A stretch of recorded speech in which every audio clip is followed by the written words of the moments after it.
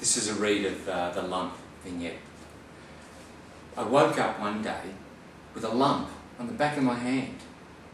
It was the size of a golf ball. Out of nowhere, it appeared.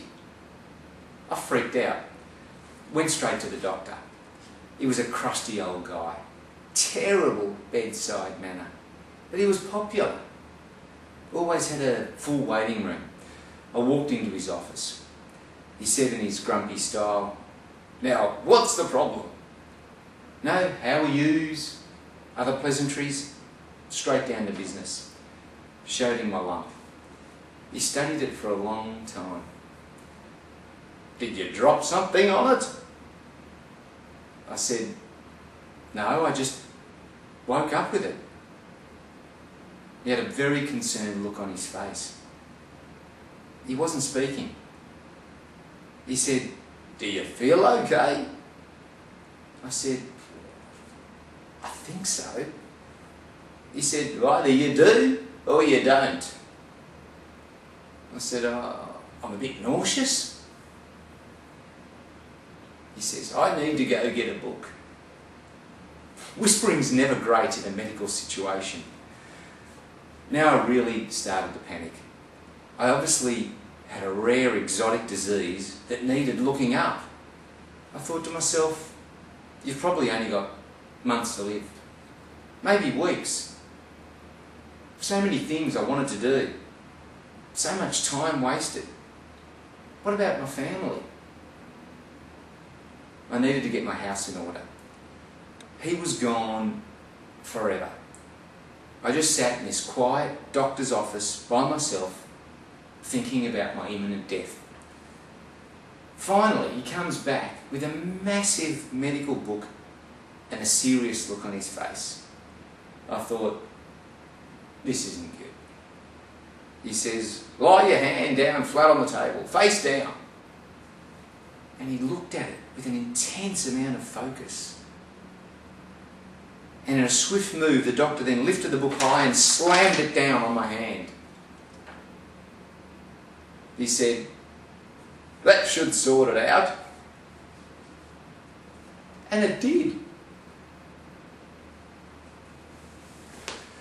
Might want to pause there. This is the read for the next one, called Nonna. Okay.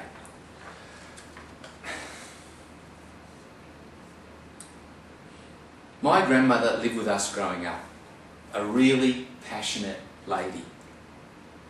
My parents worked, she took care of us.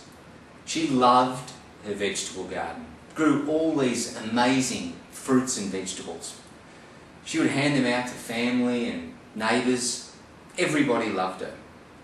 But the local birds were her arch enemy.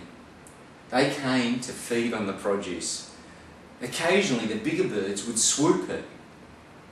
She may have been small and a little frail, but she moved like a jungle cat.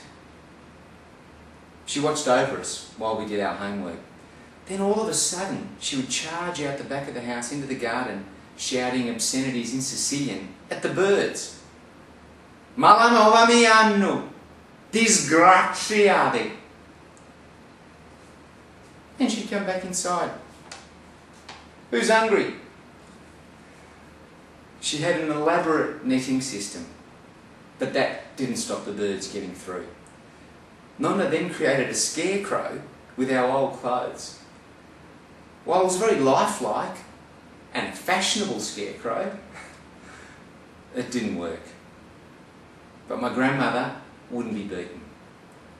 She set an elaborate trap in the yard and caught one of the birds. She hung the dead bird upside down from one of the trees. It was to send a message to all the other birds. You want to end up like this? Keep eating my vegetables. Zero tolerance. George Bush would have been proud.